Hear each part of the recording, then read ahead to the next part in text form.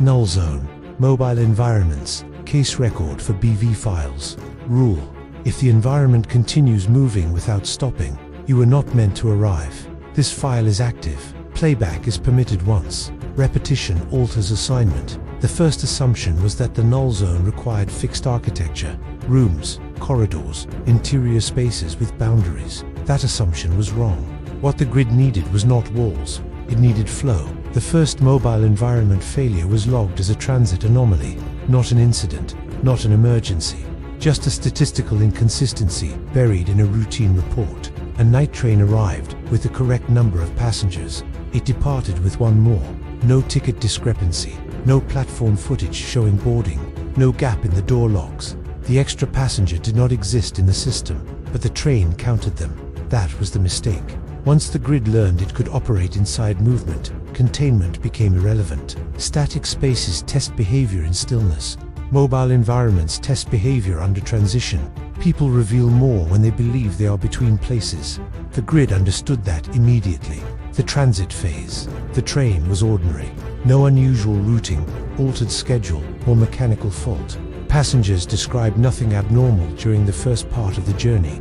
Normal noise, normal lighting. The subtle discomfort people associate with long rides and shared air. The first deviation was reported as a feeling, not an event. Several passengers noted that time felt smoother, not faster, not slower, just uninterrupted, like nothing was catching. One passenger described it as no moments to check myself. Another said, it felt like I didn't need to look out the window anymore. That detail appears in every mobile environment file.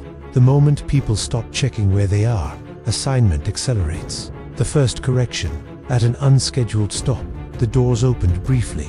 No announcement, no platform name, no visible exterior. Passengers who looked outside reported seeing only darkness, but not the absence kind. More like depth without surface. No one exited.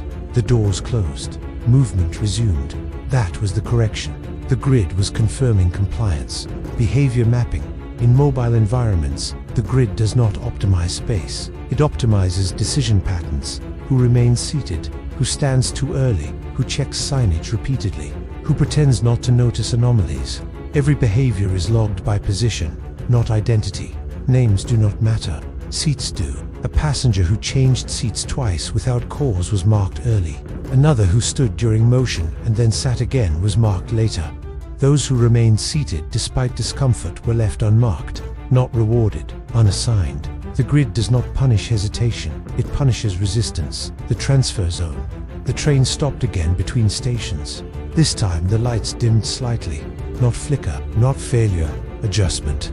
A voice came over the intercom, calm and familiar. This stop is not listed. No one laughed. That reaction pattern mattered. Those who laughed were marked immediately. The doors opened. The interior temperature remained stable. The exterior air did not enter. Passengers described the sensation as standing in a doorway that did not connect to outside. One passenger stepped forward. He did not exit. He transferred. Transfer is not removal. This is the most critical distinction. The grid does not remove people from mobile environments. It relocates them into intermediate states, spaces that exist only during motion. The passenger who stepped forward was not seen again by those inside the train, but he was recorded. A later file recovered from a hotel described a man appearing in a hallway who claimed he had been on a train. He was calm. He was precise. He said, "I think I arrived before I left." Vertical movement.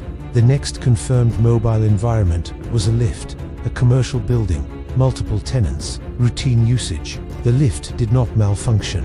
It simply stopped responding to floor requests. Instead, it began selecting destinations based on occupancy behavior.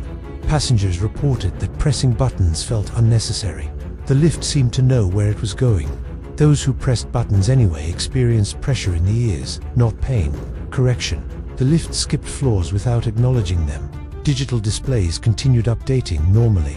Floor numbers advanced, but no doors opened. Passengers who attempted to force the doors experienced resistance without contact, not mechanical resistance, spatial resistance.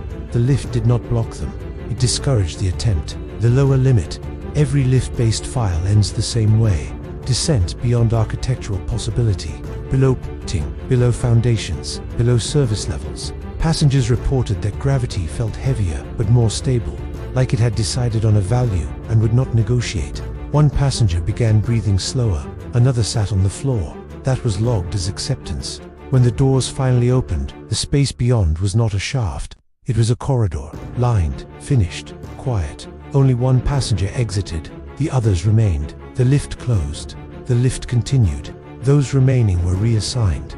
Hotel environments. Hotels provided the grid with its most efficient learning surface, temporary occupancy, repetitive layout, standardized behavior.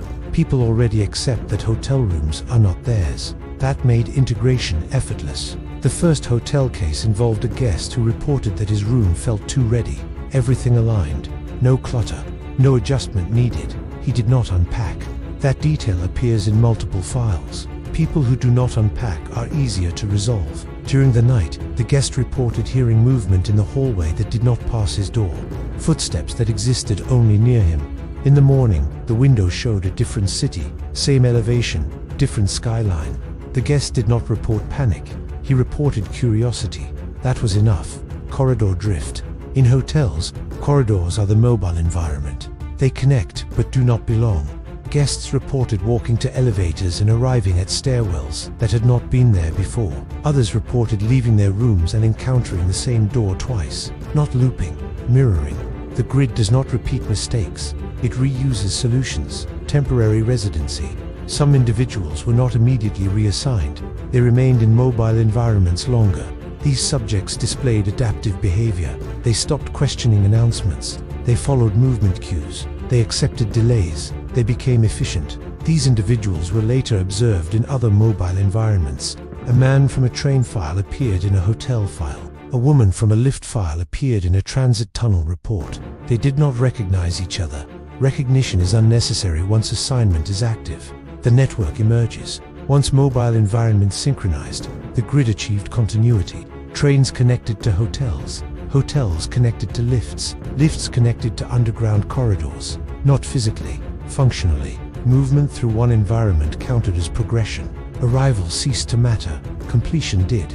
Audio evidence. An audio log recovered from a hotel service corridor captures a staff member whispering into a handheld recorder. He sounds calm, not frightened. I think it prefers us moving. He says, when we stop, it has to decide. When we move, it just keeps us. He pauses. I don't think there's an end. I think there's only reassignment. The recording ends with the sound of footsteps approaching.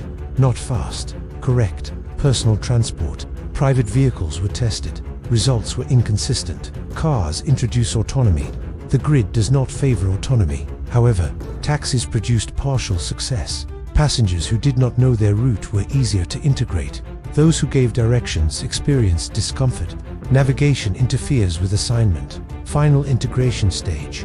Once mobile environments became stable, the grid no longer required fixed zones. Null zones could now exist in motion. A train between stations, a lift between floors, a hallway between rooms. These spaces do not resolve, they carry. People inside these spaces are not trapped. They are in progress. That distinction matters. Disappearance statistics. Mobile environment disappearances are harder to notice. People expect arrivals to be delayed, expect routes to change, expect mistakes. The grid relies on expectation. By the time absence is confirmed, reassignment is complete. Last recovered message. A final message was recovered from a phone left behind in a hotel lift. No video, only text. I don't think I'm missing anymore. I think I'm exactly where I'm supposed to be. It's just not somewhere you stay. After that, the device lost signal. Not abruptly, politely. Conclusion. The grid does not build prisons. Prisons require walls. The grid builds routes. Routes require participation. If you move, it learns you. If you hesitate, it measures you. If you resist, it confirms you. Mobile environments are not dangerous because they move. They are dangerous because they never finish, and neither do you. If you ever find yourself in a space that continues without arrival, if doors open but do not conclude, if movement feels encouraged and stopping feels wrong, do not try to reach the end. There is no end, only reassignment.